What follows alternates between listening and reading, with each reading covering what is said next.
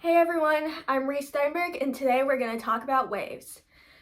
A wave is some sort of disturbance that transfers energy and it stays moving in one particular direction and it stays at one fixed spot.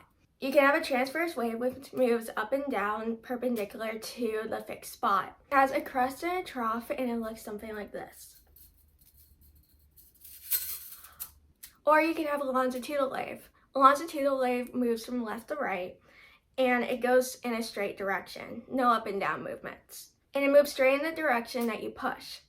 Instead of troughs and crests, a longitudinal wave has compressions and rarefactions, as you can also see here on my slinky again. Doesn't work as well.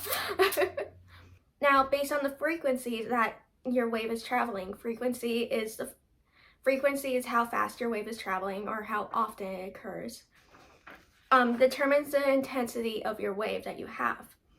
A more frequent wave equals a more powerful one. And this is the basic background knowledge that you need to know when it comes to waves. Now today we're going to take a step away from all waves in general, and we're going to focus on two specific topics: the photoelectric effect and electromagnetic waves. This will help us see how different waves interact with different areas of our daily lives.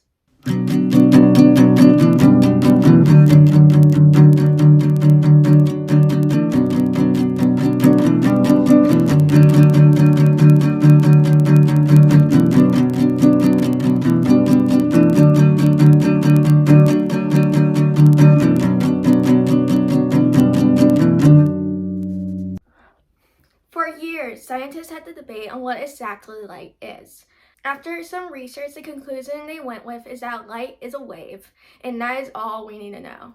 Or at least that was the case until one experiment showed that there were more than just waves, that there were actually photons in the light. This discovery is the photoelectric effect. Wait, so what is the photoelectric effect? The photoelectric effect is when some sort of electromagnetic radiation hits some sort of material. This causes electrons to be emitted.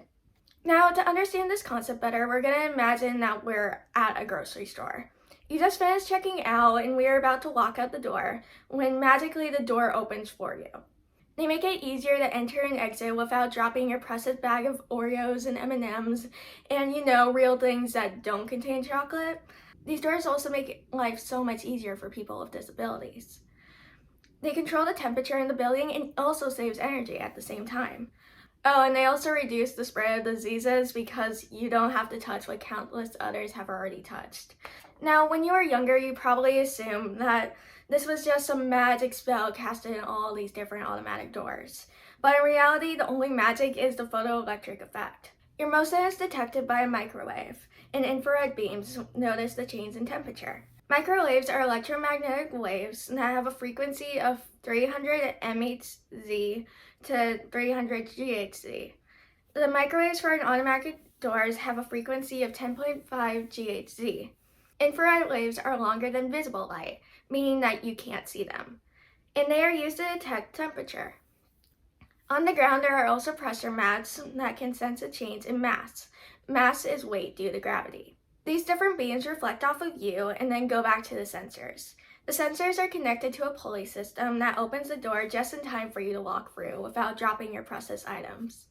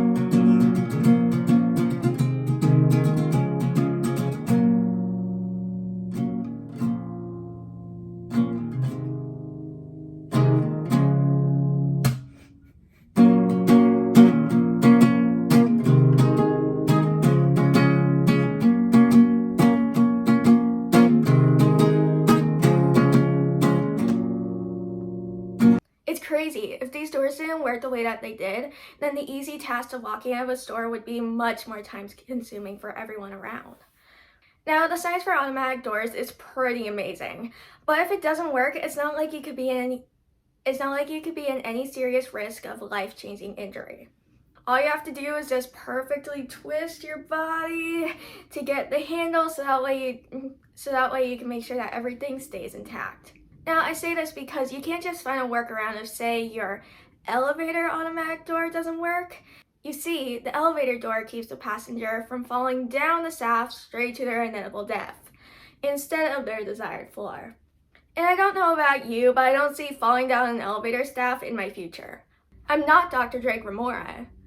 Now, elevator doors are so important that there are actually two of them. One that is attached to the cart that you ride in, and one is on the shaft. These doors are motorized, and they get their signals from the main computer. When you press the button on the button panel, you are sending a signal to the main computer. Throughout all aspects of the elevator, there are many more sensors.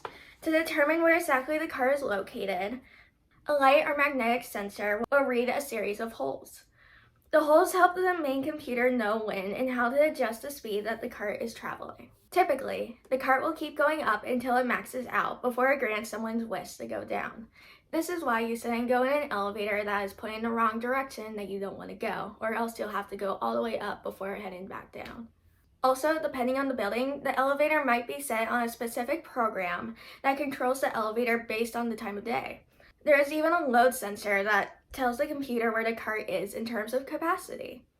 Once the computer processes that you made it to the floor that you requested and the elevator has completely stopped, then the motor turns to the wheel, which has a long arm. The long arm has a shorter arm that is attached to the elevator door. The shaft door also opens and you are free to look for your hotel room. Motion sensors are also used to prevent the doors from closing on someone.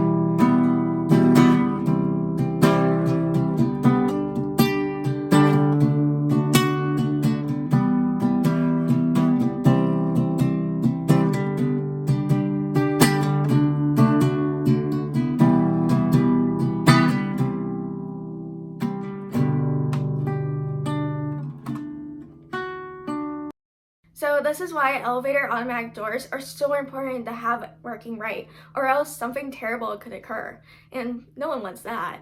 So what else was I going to talk about today? Oh, that's right, electromagnetic waves.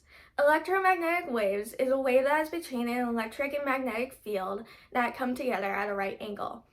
Depending on how frequent the wave travels determine how much energy is produced. The waves that have a frequency higher than visible light are when the waves start becoming extremely dangerous in terms of how much energy is produced. These waves can travel in a vacuum, and you can find the different categories of waves in this electromagnetic spectrum. You know what? All the science talk is kind of making me want to watch a movie or maybe listen to some music. So what do we want to watch? We can watch either using a VHS or even a DVD.